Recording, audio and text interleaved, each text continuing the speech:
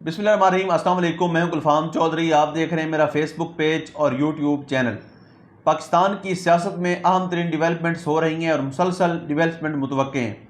इस हवाले से हमारे साथ मौजूद हैं इमरान रियाज खान साहब। उनसे जानते हैं कि पाकिस्तान की सियासत के अंदर कौन सा बौछार आने वाला है और कौन सी नई डिवेलपमेंट्स मुतवक्के हैं।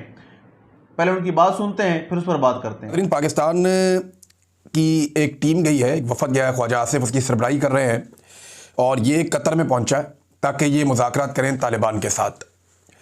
अब तालिबान के साथ मुज़ाकरात किए जाएंगे। तालिबान गवर्नमेंट जो वो वहाँ पे अफ़गान हुकूमत है इस वक्त, क्योंकि तालिबान के कंट्रोल में है वो, तो अफ़गान तालिबान का वफद पहुँच गया कतर में और फिर पाकिस्तानी वफद भी पहुँच गया कतर में और ख्वाजा आसिफ उस वफद को लेकर गए। अब कतर सालसी करेगा या जो दूसरे ममालिक हैं वो सालसी करेंगे पाकिस्तान और अफ़गानिस्तान के बीच में जो तनाज़ा पैदा हो गया उसको हल करने के लिए। अंदाज़ा कीजिए, अभी चंद साल पहले की बात है कि जब अमेरिका को तालिबान से बात करनी थी तो पाकिस्तान ने सहूलतकारी फराहम की थी, क्योंकि पाकिस्तान के ताल्लुकात अशरफ गनी हुकूमत से या हामिद करज़ई हुकूमत से अच्छे नहीं थे। तो पाकिस्तान ने सपोर्ट किया हुआ था तालिबान को और पाकिस्तान को लगता था कि ये इक़्तिदार में आएंगे। पाकिस्तान ने बड़ा सेलिब्रेट भी किया था इस बात को। उस दौर के जर्नैल बड़े खुश थे। नूर वली महसूद को आपको याद होगा कि अभी ख्वाजा आसिफ ने यह क्लेम भी किया कि जनरल फैज़ हमीद ने एक बुलेट प्रूफ गाड़ी तोहफे में भी दी थी। अब अपनी जेब से तो नहीं दी होगी ना, इदारे की पॉलिसी होती है, जनरल बाजवा से पूछे बगैर तो दे नहीं सकता। तो ये सारे रल के ताशे बजा रहे थे, खुशियां मना रहे थे कि हमारे तो बड़े अच्छे ताल्लुकात वाले लोग आ गए। लेकिन जैसे ही पीडीएम की सरकार बनी तो इन्होंने पाकिस्तान में तबाही फेर दी और तालिबान को, टीटीपी को पाकिस्तान में लाकर बसाना शुरू कर दिया ताकि पीटीआई को तबाह बर्बाद किया जा सके। वो तो हुआ नहीं, पाकिस्तान में बदअमनी पैदा हो गई और बड़े पैमाने पर पैदा हो गई। और अफ़गानिस्तान को आहिस्ता आहिस्ता मौजूदा जो रजीम है उन्होंने अपनी पॉलिसी से मगरबी ममालिक को या डोनाल्ड ट्रंप को राज़ी रखने के लिए अपना दुश्मन डिक्लेयर कर दिया। अब इंडिया की बदतरीन दुश्मनी थी इन्हीं तालिबान के साथ। ये जो अफ़गान तालिबान है, इंडिया की इनके साथ बदतरीन दुश्मनी रही है और इंडिया, जहाँ जहाँ इंडिया के लोग मौजूद थे या उनका सफारत खाना, वो सारे वो छोड़ छाड़ के चले गए थे। कोई बंदा वहाँ काम करने के लिए तैयार नहीं था। इंडियंस की, यानी अगर अमेरिका के बाद सबसे बड़ी शर्मिंदगी और नाकामी किसी को हुई थी तो वो इंडिया को हुई थी। और पाकिस्तान में हमने इस पे वीलॉग्स किए थे कि इंडिया का अरबों डॉलर डूब गया, सबसे बड़ी इन्वेस्टमेंट इंडिया की तबाह हुई इस रीजन के अंदर। लेकिन बदतरीन मुखालफत के बावजूद इंडिया को समझ आ गई कि इनके साथ हमने ताल्लुकात बनाने, हमारे मुल्क के लिए फ़ायदा इसमें, तो उन्होंने इख्तलाफी नुक्ता नज़र के बावजूद ताल्लुकात बना लिए। और हमारे जो अक्लमंद थे उन्होंने सोचा कि अमेरिका को राज़ी करना है, लिहाजा इनके साथ ताल्लुकात बिगाड़ लो।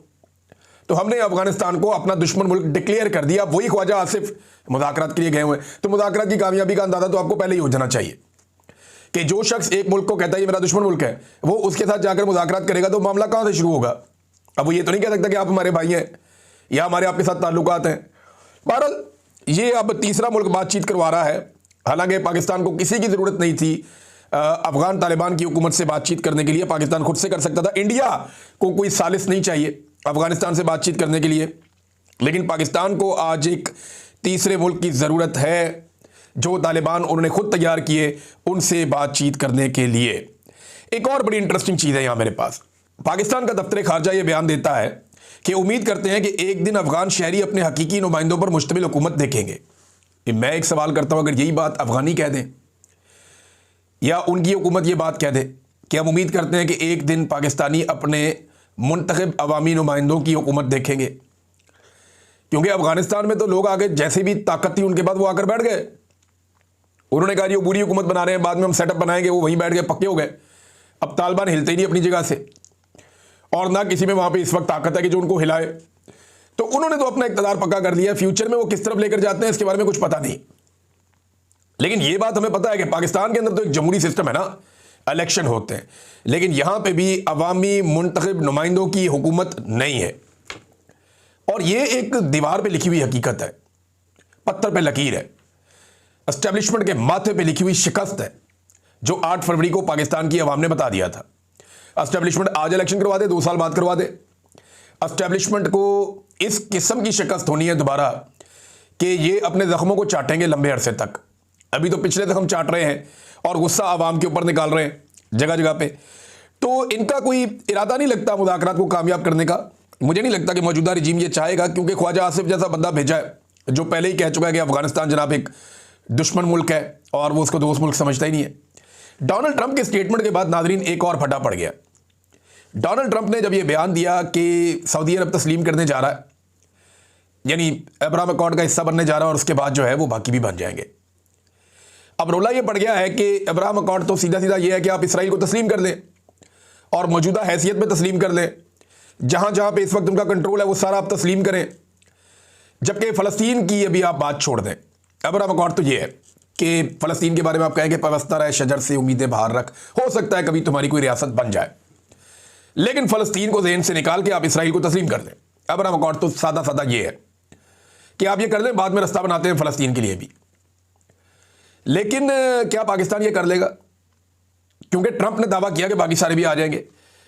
अब ट्रंप की जितनी तवज्जो पाकिस्तान के ऊपर है, या पाकिस्तानियों की जितनी तवज्जो ट्रंप के ऊपर है, शहबाज शरीफ की तारीफें आपने देखी, ज़मीन आसमान के कलाबे मिला दिया, पूरी दुनिया में जिल्लत हो रही है, लेकिन फिर भी इन्हें शर्म ही नहीं आ रही। भाई एक वज़ीर आज़म के ओहदे पे वो बैठा हुआ आदमी है, उसको डेकोरम तो पता होना चाहिए कि भाई मैं 25 करोड़ लोगों का एक मुल्क है, उसका वज़ीर आज़म बनाकर मैं बिठाया गया हूं। चलो मैंडेट मेरा नहीं है, लेकिन मैं जूते पॉलिश करते वक्त कम से कम पॉलिश अपने मुंह पे तो ना लगने दूं। तो भाई फेर दी। अब लोग कह रहे हैं शू शाइन बॉय, कि जूते चमकाने वाला लड़का, शहबाज शरीफ को इस नाम से पुकार रहे हैं बाहर दुनिया में। जाओ जाके दुनिया से पूछो, आईना देखो लोग क्या हाल कर रहे हैं।